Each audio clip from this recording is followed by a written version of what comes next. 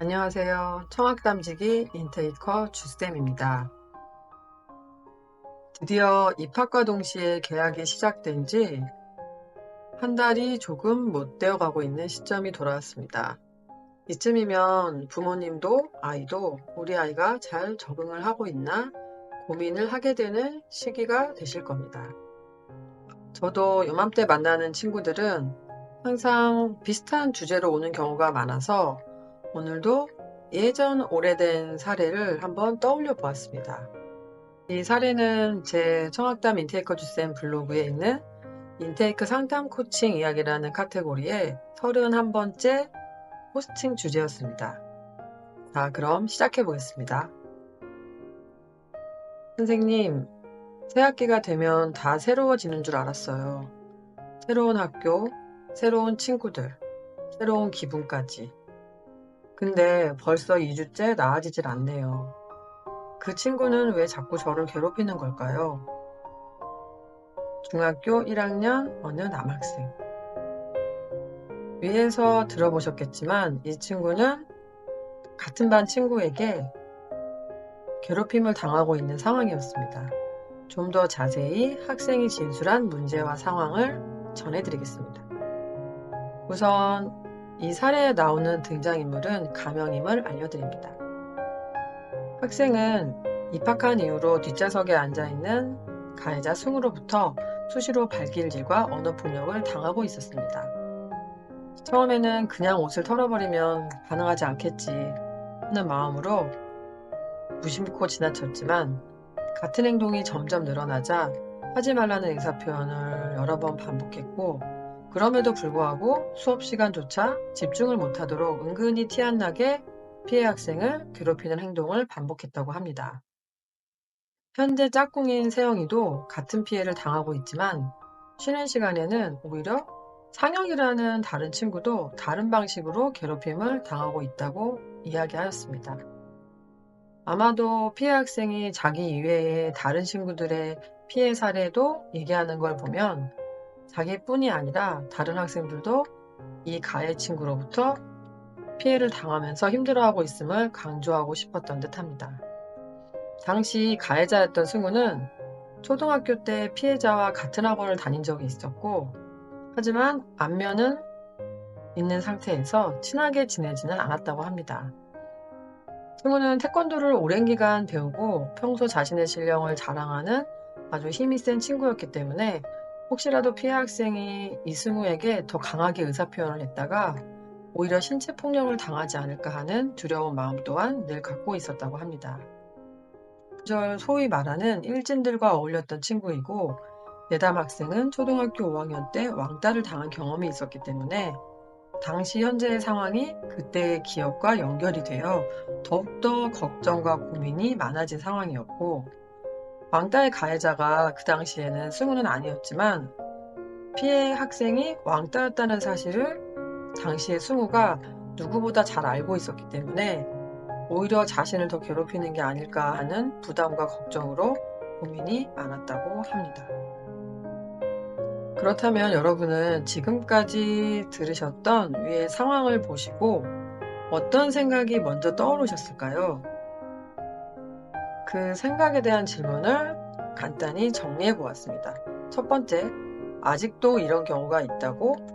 이렇게 생각하시는 분들이 분명히 있으실 겁니다. 하지만 네, 아직도가 아니라 팬데믹을 겪은 이후에 훨씬 더 증가한 추세입니다. 그리고 최근 들어 아주 지능적인 방법으로 친구들을 괴롭히는 일이 점점 더 늘어나고 있습니다. 그래서 우리 아이가 말을 하지 않는다고 해서 절대 안심하시면 안 됩니다. 오히려 신학기에 학교에 대한 얘기를 잘 하지 않는 경우라면 더욱더 주의 깊게 관찰하고 속 깊은 얘기를 나눠보셔야 합니다. 두 번째 질문을 예측해 보겠습니다. 아니, 왜 더 강하게 말을 못해? 라고 생각하시는 분들도 분명 계실 겁니다. 이렇게 생각하시는 어른이시라면 아마 아이들의 경우를 보지 않으시고 자신의 경우로 생각하기에 가능한 생각일 수 있습니다. 20여 명이 생활하는 교실이라는 작은 공간에서 우리 아이들도 저마다의 눈치를 보며 그들 나름대로의 사회생활을 하는 작은 경험을 하는 곳이 학교입니다. 그리고 어른들의 조직 생활과도 크게 다를 바가 없고요. 또한 비슷한 상황이 자주 연출이 되기도 합니다. 아이가 갖고 있는 기질과 성향에 따라 대응하는 방식 또한 천차만별이기에 우선은 이 아이가 초기에 어떻게 대응했는지부터 잘 살펴서 접근을 하셔야 할 부분입니다. 무턱대고 우리 아이가 상대 친구에게 강하게 대응하지 못했다고 해서 화부터 내시거나 혹은 흥분해서 학교를 바로 찾아가는 경우는 일단 보류하셔야 합니다. 아이와 충분한 대화를 나누시는 게 먼저입니다. 이는 상황 파악을 구체적으로 충분히 하시라는 말씀입니다. 세 번째 예상 질문입니다. 빨리 선생님한테 도와달라고 해야지 라고 생각하시는 분들이시라면 아마도 해결 중심의 생각이 가장 먼저 떠오르는 유형의 어른이 아닐까 하는 생각을 하게 됩니다. 우리가 생각하는 것보다 아이들이 선생님에게 요청을 잘 하지 않는 경우도 많습니다. 이유는 일단 일이 복잡하게 되는 게 싫어서, 그리고 혼자 해결하고 싶은 마음이 커서, 선생님께 도움을 요청했으나 원하는 해결책이 아니어서 더 힘들었던 경험 때문에, 기타 등등 이건 제가 현장에서 아이들과 대화를 나누며 들었던 부분입니다. 생각보다 고학년이 될수록 선생님에게 도움을 요청하는 아이들이 줄어들고 혼자 해결하려고 하는 아이들이 많은 건 사실입니다. 하지만 여러 가지 이유로 가장 마지막에 담임 선생님께 도움을 요청하는 경우도 있습니다. 이럴 땐 아이가 도움을 요청하기까지 생각하고 고민했을 긴 시간들을 일단 존중해 주셔야 합니다. 아이들이 생각이 없는 게 아닙니다. 생각을 표현하지 못할 뿐입니다. 그 표현을 위한 시간을 기다리고 또 기다려 주셔야 합니다.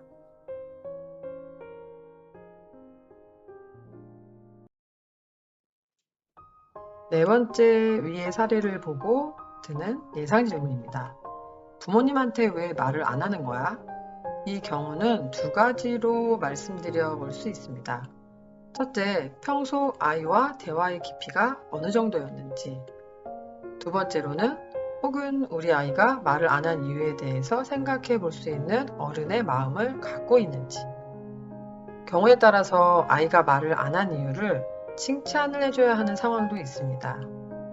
부모에게 말을 하면서 의존도가 높아지는 아이라면 오히려 좀 더 부모의 역할이 강조되는 경우입니다. 이때야말로 대화하는 부모로서의 역할이 정말 중요한 시기이기도 합니다. 바로 전문가가 개입돼야 하는 시기라고도 말씀드릴 수 있습니다. 다음으로 다섯 번째 예상 질문은요. 그 녀석 혼자 상담실도 찾아갈 줄 알고 기특한 걸? 아마 이런 생각을 한 어른이시라면 다소 낙천적인 성격의 독립적인 성향을 갖고 계신 분일지도 모른다는 생각을 하게 됩니다.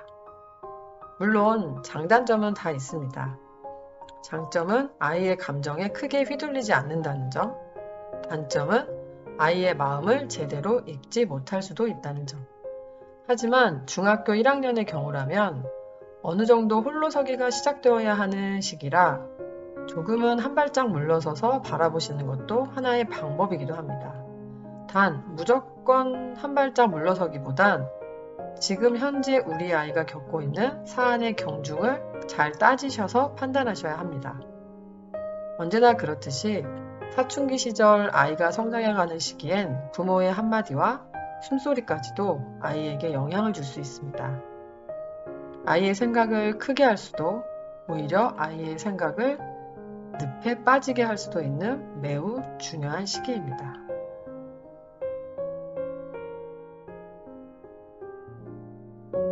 그렇다면 청학담지기 인테이커 주쌤은 이 상황을 어떻게 바라보았을까요?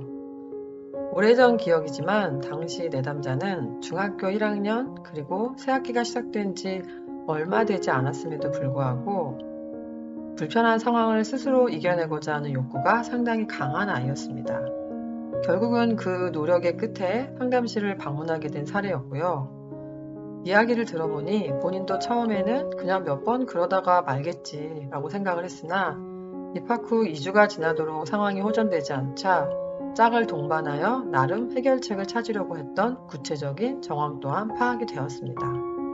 또한 내담자의 표현에 의하면 교실 내의 자리 배치가 한 달에 한 번씩 정기적으로 바뀌는 것을 감안했을 때 내가 한 달만 참으면 되지 라는 생각을 하면서 나름의 단단한 마음가짐을 준비하고 있었던 상황이었습니다. 이후 내담자가 가해자인 친구에게 하는 표현들을 정리하면서 정확한 의사표현에 대한 훈련이 필요하다고 판단이 되었고, 처음엔 당연히 누구나 그렇듯이 이 피해 학생도 좀 어려워했지만 점차 학생은 말의 힘이라는 걸 믿어보려는 모습에 진정성이 느껴지기 시작했습니다. 결국 4주차가 되었을 때는 자연스럽게 의사표현을 하며 자신감을 얻게 되는 모습을 볼 수 있었고요. 그리고 역시나 부모님의 참여가 가장 큰 힘이 되었습니다. 청소년을 상담함에 있어서 부모님의 상담 참여는 가장 중요한 부분입니다. 왜냐하면 많은 시간을 부모와의 상호작용 속에서 성장하는 시기이기 때문에 부모의 역할 훈련이야말로 자녀의 성장에 있어서 가장 큰 부분을 차지하기 때문입니다. 그리고 마지막으로 이 학생은 중학생이 되어 자신에게 일어난 일을 스스로 해결하고자 하는 의지가 굉장히 강했기 때문에 초등학교 때 겪었던 따돌림의 기억을 괴로워함으로 끝내지 않고 오히려 그때와는 다른 방식으로 새롭게 시작하려는 자신의 모습에 스스로 힘을 불어넣고자 하는 강렬한 욕구가 좋은 결과를 만드는 데 큰 원동력이 되었습니다. 위 사례에서 보았듯이 누구나 처음부터 다 잘할 수는 없습니다. 단, 처음이 어떻게 시작되어야 하는지를 알려줄 필요는 있습니다. 그 첫 시작에 청학담이 함께 하길 바라는 마음입니다. 오늘 마지막으로 그동안 인테이커 주쌤이 현장에서 느꼈던 신학기 아이들의 부적응 양상을 간단히 정리해드리며 마무리하고자 합니다. 그 첫 번째는 개학 후 어느 순간부터 우리 아이가 일어나는 시간이 점점 늦어진다. 두 번째, 학교가 재미없다는 말을 조금씩 하기 시작한다. 세 번째, 친구들의 이야기를 어느 순간부터 전혀 하지 않는다. 네 번째, 급식이 맛없다며 결식하는 횟수가 증가한다. 다섯 번째, 이유 없이 귀가 후 폭식을 한다. 여섯 번째, 학교 가기를 점점 싫어한다. 일곱 번째, 등교 거부가 시작된다. 마지막에 등교 거부가 시작되는 시점은 제 경우에는 가장 최악의 순간이라고 생각합니다. 하지만 그 최악의 순간이 또는 기회의 순간이 될 수도 있음을 아이에게 알려줄 필요는 있습니다. 그 시기에 어떠한 부모로서 아이 옆에 남고 싶으신지 진지하게 생각해 보시길 바랍니다. 오늘도 누군가의 삶에 잠시라도 함께 할 수 있어서 감사한 순간입니다. 저는 지금까지 인테이커 주쌤이었습니다. 고맙습니다.